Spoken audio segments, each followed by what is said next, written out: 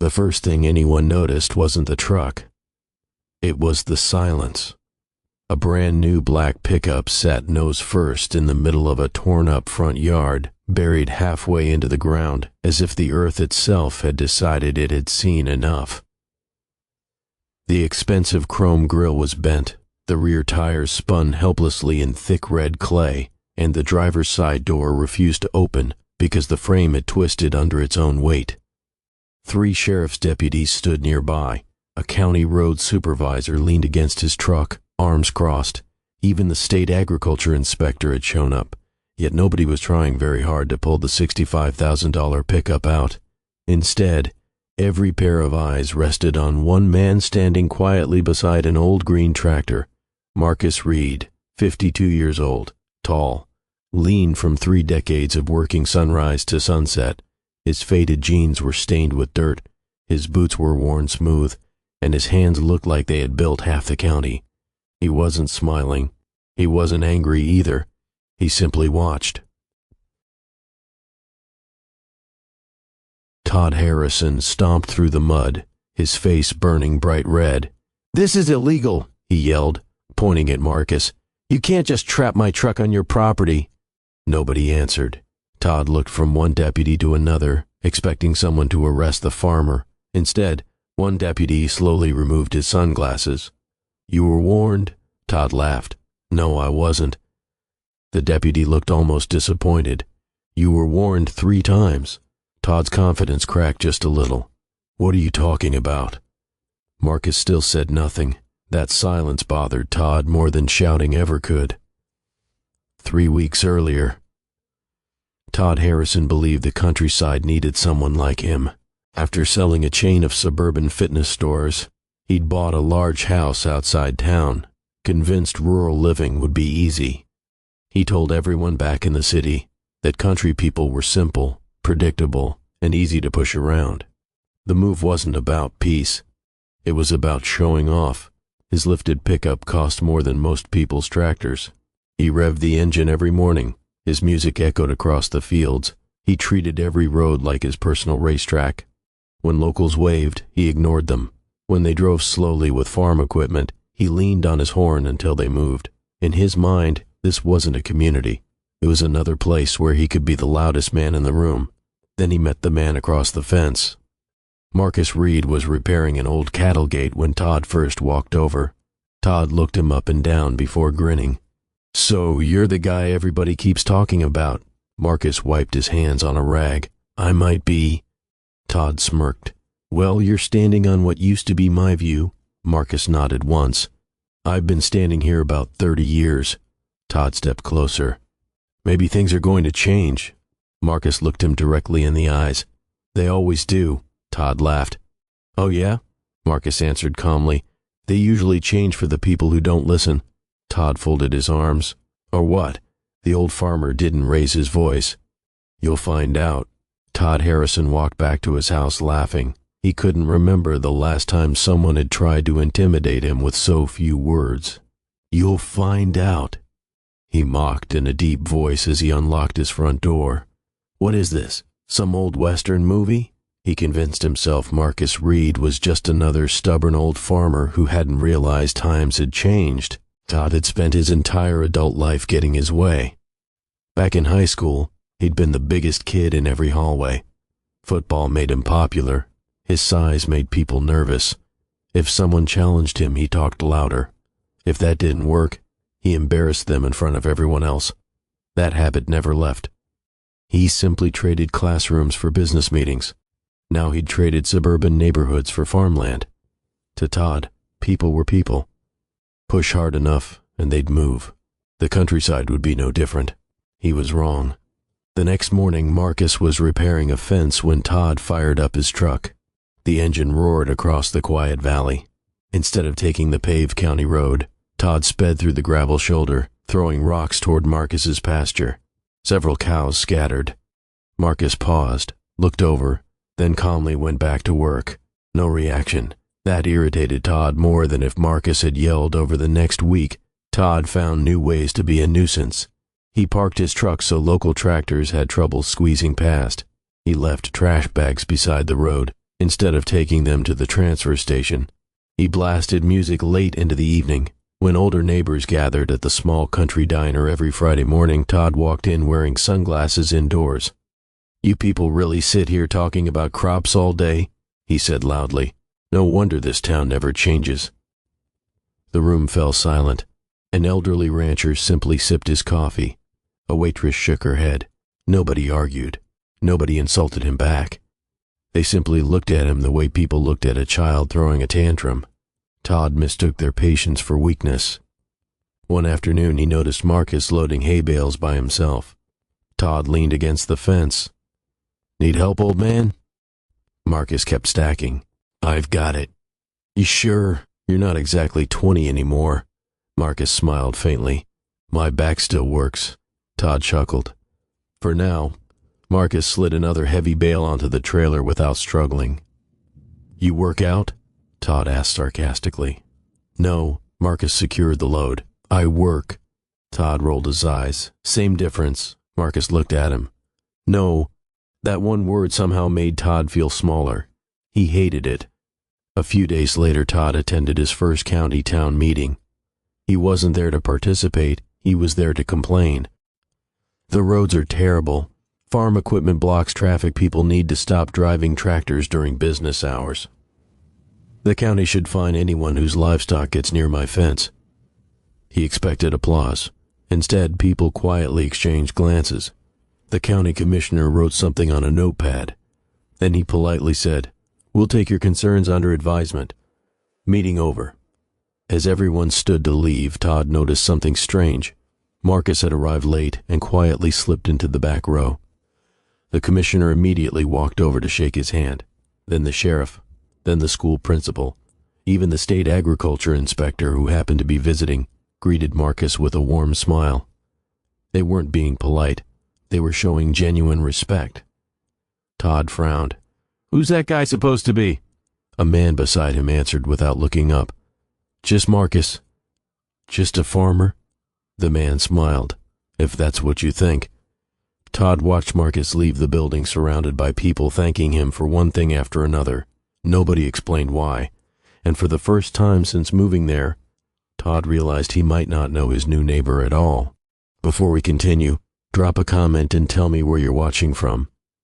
And if you've ever loved someone with a truly pure heart, make sure to subscribe to this channel so you never miss these amazing stories. Todd Harrison couldn't stop thinking about what he'd seen at the county meeting. It made no sense. Marcus Reed dressed like every other farmer in town. He drove an old pickup with faded paint. His barn had been standing for decades, and his equipment looked old enough to belong in a museum. Yet the sheriff had greeted him like an old friend. The county commissioner had shaken his hand before speaking to anyone else. Even the state agriculture inspector had thanked him. For what? Todd muttered to himself. His pride refused to accept that the quiet man across the fence could be someone important. There has to be another explanation, so Todd decided to prove Marcus was nothing special. The following Saturday, several neighbors gathered at the local feed store. Farmers chatted about the weather, cattle prices, and the coming harvest. Marcus was loading seed bags into his truck when Todd pulled into the parking lot. Making sure everyone heard his engine, he climbed out with a grin. "Morning, everybody." A few people nodded. Todd walked straight toward Marcus. "You know," he said loudly, "I've been wondering something." Marcus looked up. "What's that?" "How does a guy spend 30 years on a farm and still drive a truck older than some college students?" A few people exchanged uncomfortable looks. Marcus simply smiled. "It still gets me where I need to go." Todd laughed. "I guess when you're broke, you don't have much choice." The parking lot went silent. Marcus didn't answer. He finished loading the last bag, thanked the store clerk, and closed the tailgate. As he climbed into his truck, he looked at Todd. "Have a good day." Then he drove away. Todd threw his hands in the air. "That's it? No comeback?" An older rancher standing nearby finally spoke.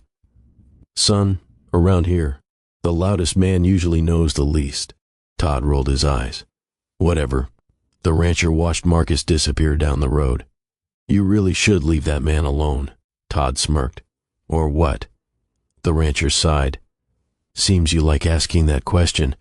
That afternoon, Todd hired a surveyor to inspect the boundary between his property and Marcus's land. He was convinced Marcus's fence crossed onto his lot. When the surveyor finished checking the records, he frowned. "You've got a bigger problem." "What problem?" The surveyor pointed toward the field stretching beyond the horizon. "Everything you can see over there belongs to Marcus Reed." Todd laughed. "No way." The surveyor folded the map.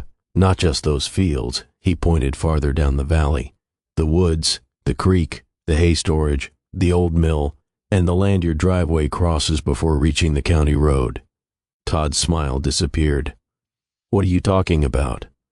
The surveyor looked him straight in the eye. "You bought the house." He paused. "You never bothered to ask who owned everything around it."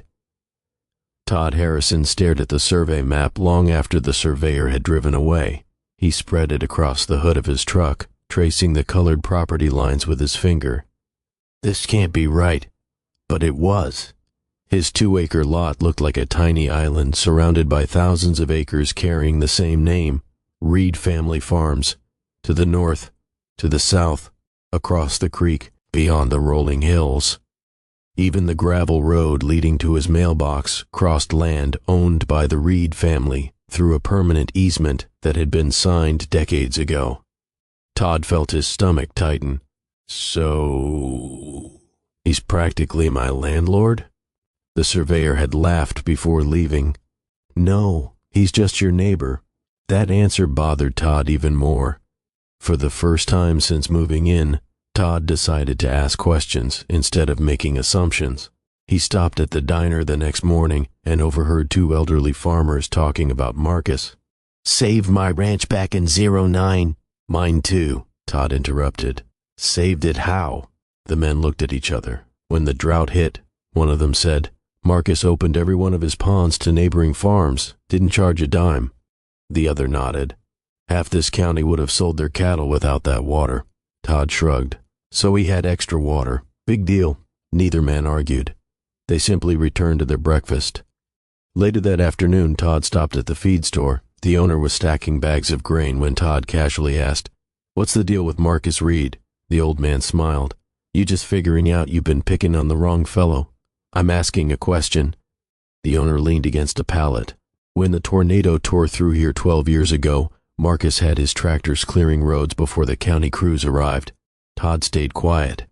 The owner continued, "When the elementary school's roof collapsed after that ice storm, he paid for temporary classrooms without putting his name on anything." Todd frowned. "How do you know that?" "Because I delivered the lumber." That evening, curiosity got the better of him. Todd searched Marcus Reed online. There wasn't much. No flashy interviews, no social media, just a few old newspaper articles. One headline caught his attention. "Local farmer donates 240 acres for Veterans Park and Youth Fairgrounds." Another read, "Anonymous donor keeps rural food bank open during economic crisis." Todd clicked the article. The anonymous donor had eventually been identified.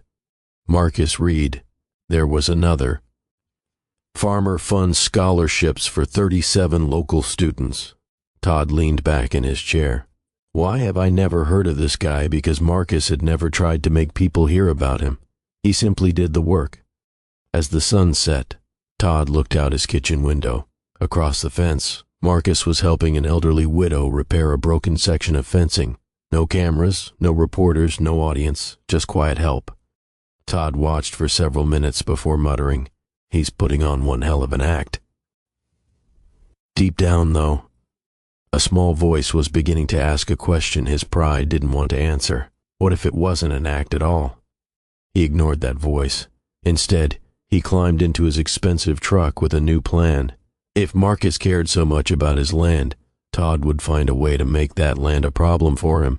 He had no idea that his next move would set in motion the very chain of events that would leave his brand new $65,000 truck buried in Marcus Reed's front yard. Todd spent the next few days convincing himself he had finally found Marcus Reed's weak spot.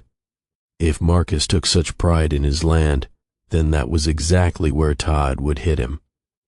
Early Monday morning, Todd noticed a weathered wooden gate standing open between two pastures. A small sign hung beside it. Authorized farm vehicles only. Todd smirked. Let's see how much of this place he really controls. Ignoring the sign, he drove his brand new truck through the gate.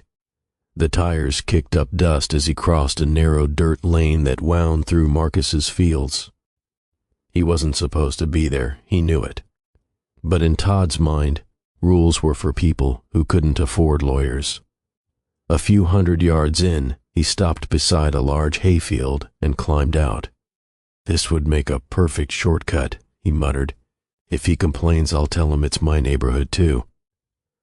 As he walked around, he never noticed the small survey stakes marking a future drainage project. He didn't recognize the painted flags placed by county engineers. To him, they were just sticks in the ground. Half an hour later, Marcus pulled up in his old pickup. He stepped out calmly. Morning, Todd. Todd leaned against his truck. You own this too? Marcus nodded. I do. Todd spread his arms dramatically. Then I'm taking a look around.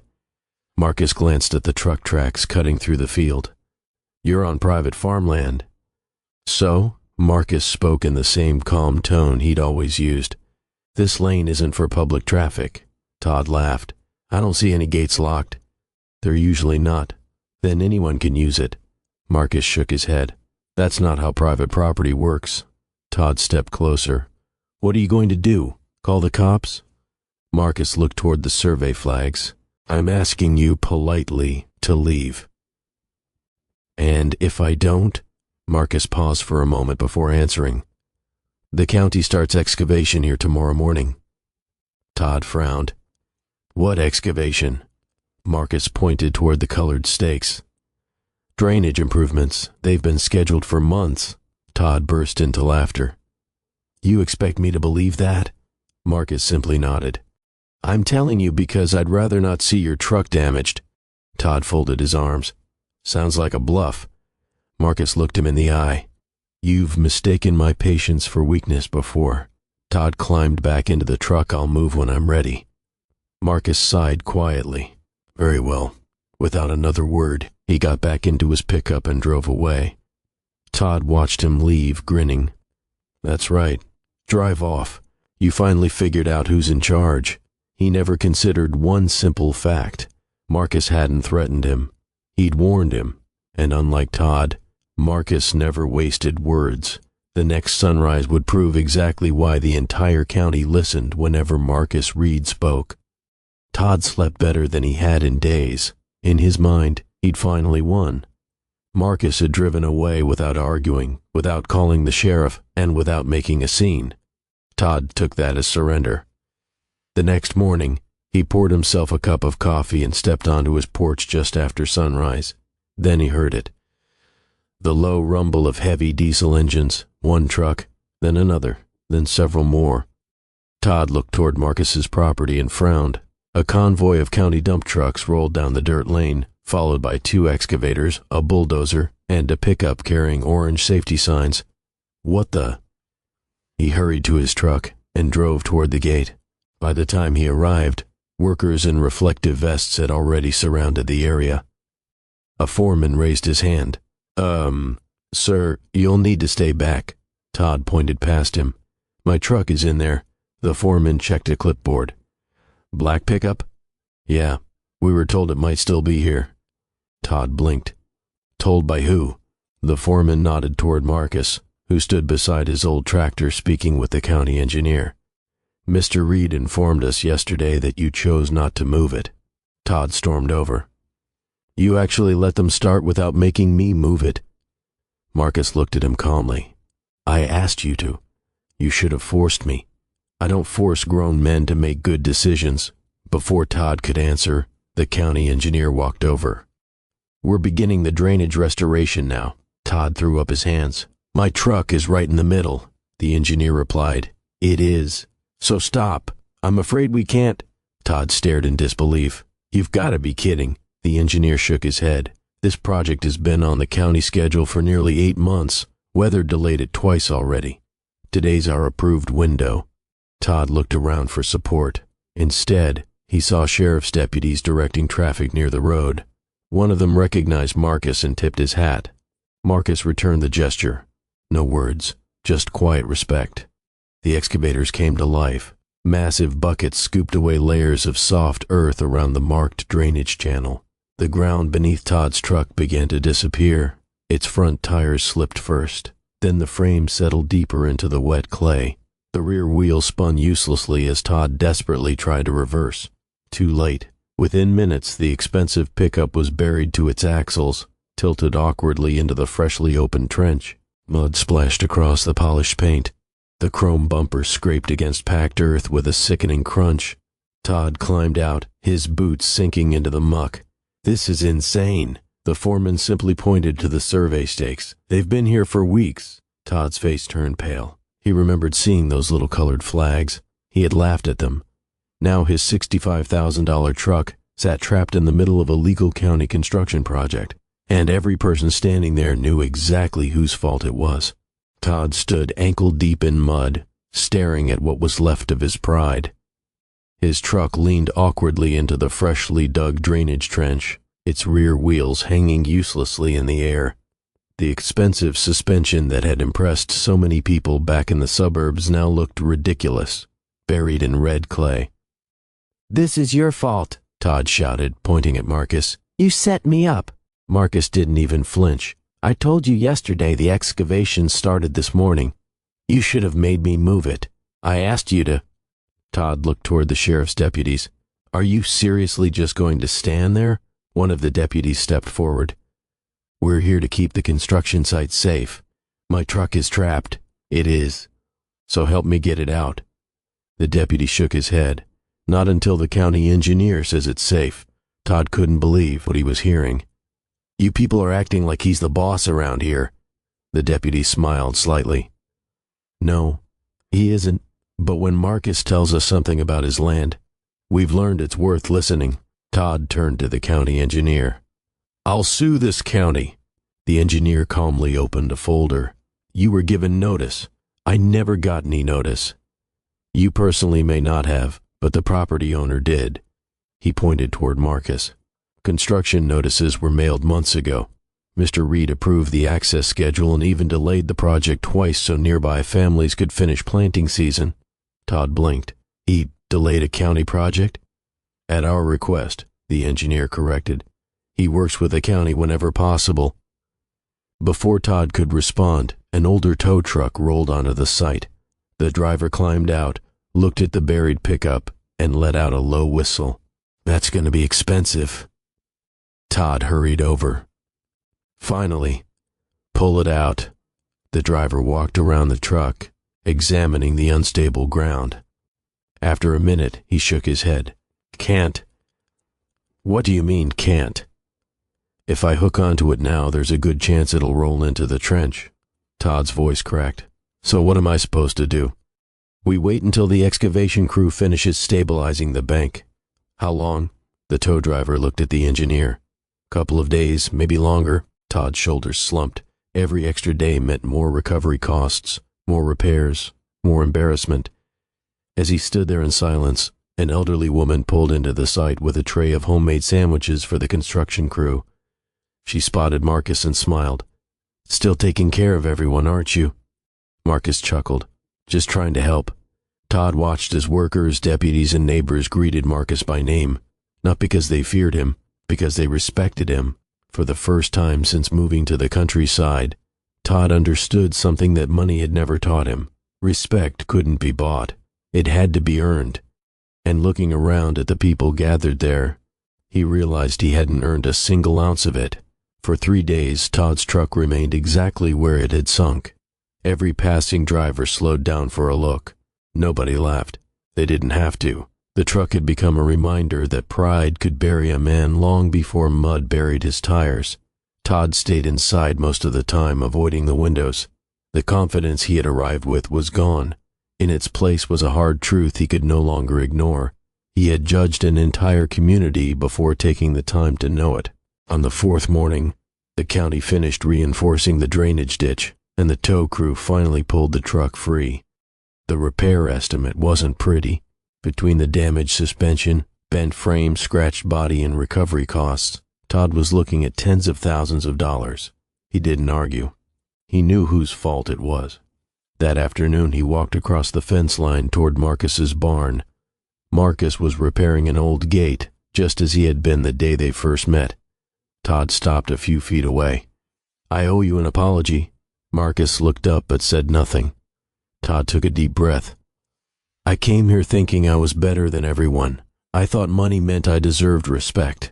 I treated this place like it was some high school where I could push people around." He looked down at his boots. "I was wrong."